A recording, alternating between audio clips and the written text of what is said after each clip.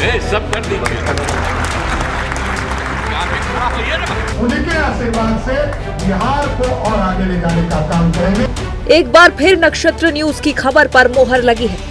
BJP विधायक दल की बैठक से पहले ही नक्षत्र न्यूज ने आपको बता दिया था कि सम्राट चौधरी ही बिहार में बीजेपी की पहली सरकार में मुख्यमंत्री होंगे। मंगलवार सुबह जिस तरह एकाएक सम्राट चौधरी के आवास की सुरक्षा सर्वोच्च स्तर तक बढ़ाई गई, उससे संकेत मिला। और फिर जब मुख्यमंत्री नीतीश कुमार के प्रधान सचिव दीपक कुमार सम्राट चौधरी से मिलने उनके आवास पहुंचे, तब स्थिति और साफ हो गई।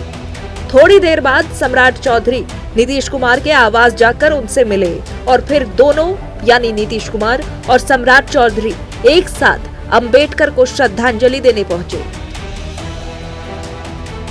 ये साफ संकेत था कि सम्राट ही पाटलिपुत्र के अगले सम्राट हैं।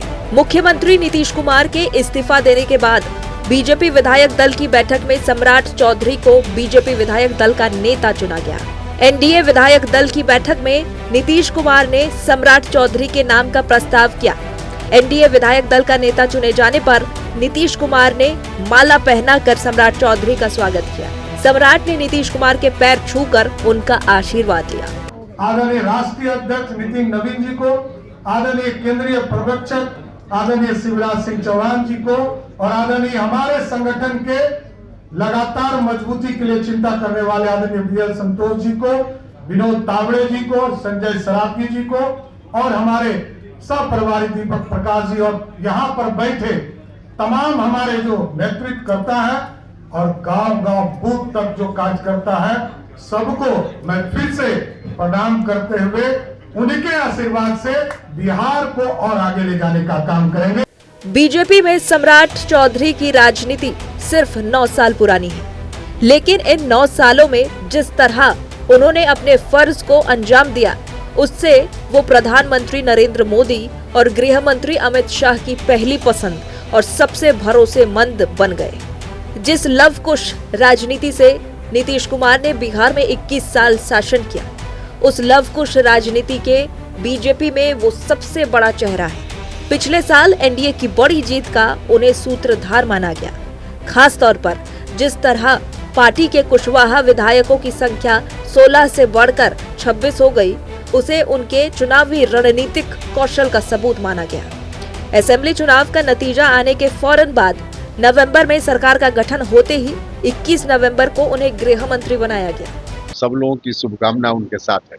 क्या देखते हैं सर आगे बिहार के? नहीं, आगे बहुत ही अच्छा बिहार का होने वाला है।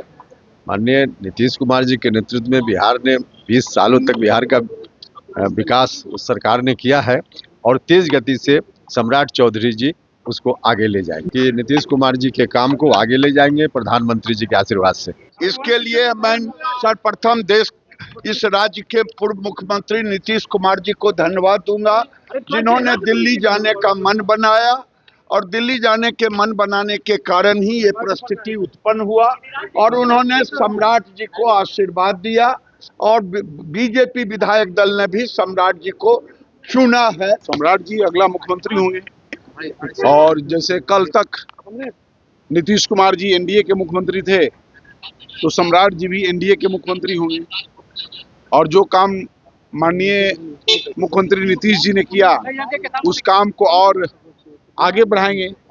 तो सिर्फ व्यक्ति का बदलाव हुआ है और तो कोई विशेष हुआ नहीं है। तो एनडीए के कल भी मुख्यमंत्री थे, एनडीए के आज भी मुख्यमंत्री। एनडीए के मुख्यमंत्री होंगे और श्री सम्राट चौधरी जी एनडीए के नेता और एनडीए के मुख्यमंत्री होंगे। अभी बैठक के बाद उसकी जगह और तिथि ये जो है समय बता दिया जाए। सम्राट चौधरी को बीजेपी विधायक दल का नेता चुने जाने के बाद अब पटना में पोस्टर होर्डिंग लगाकर बधाई देने का सिलसिला शुरू हो गया है। लेकिन बिहार में बीजेपी के पहले सीएम के तौर पर सम्राट के सर पर कांटों का ताज होगा। उन्हें नीतीश कुमार के पिछड़े महादलित गठजोड़ के साथ बीजेपी के शहरी युवा वोट बैंक से सामंजस्य बिठाना होगा। 20 जनवरी को नितिन नवीन को पार्टी का राष्ट्रीय अध्यक्ष बनाकर मोदी शाह ये इशारा दे रहे हैं कि बीजेपी की भविष्य की राजनीति के केंद्र में बिहार की भूमिका होगी। बीजेपी की उग्र हिंदुत्व की छवि का खामियाजा बीजेपी लोकसभा चुनाव में यूपी में ओबीसी वोटर के छिटकने के रूप में झेल चुकी है। सम्राट के जरिए बीजेपी यूपी में भी ओबीसी वोटर को साधने की कोशिश कर रही है। महिला आरक्षण के जरिए बीजेपी देश के महिला वोटरों को अपने पाले में लाना चाहती है। बिहार में महिला वोटर नीतीश की सबसे बड़ी ताकत रही है। इन्हें बीजेपी के पाले में लाना सम्राट के लिए बड़ी चुनौती होगी। सम्राट चौधरी कल बिहार के मुख्यमंत्री पद का शपथ लेंगे। दिन भर चली गहमागहमी और कई बैठक कन्फ्यूजन के बाद आखिरकार नीतीश कुमार के आशीर्वाद से सम्राट चौधरी बिहार के मुख्यमंत्री बनने जा रहे हैं। कयासों का दौर खत्म हो गया। उन्हें विधायक दल का नेता चुना गया। उन्होंने दावा पेश किया। सम्राट चौधरी को राज्यपाल ने सरकार बनाने का निमंत्रण भी दे दिया। कल 11 बजे दिन में उनके साथ और भी कुछ लोग मंत्री पद की शपथ लेंगे। तो कहा जा सकता है कि नीतीश युग का अंत, सम्राट युग का उदय।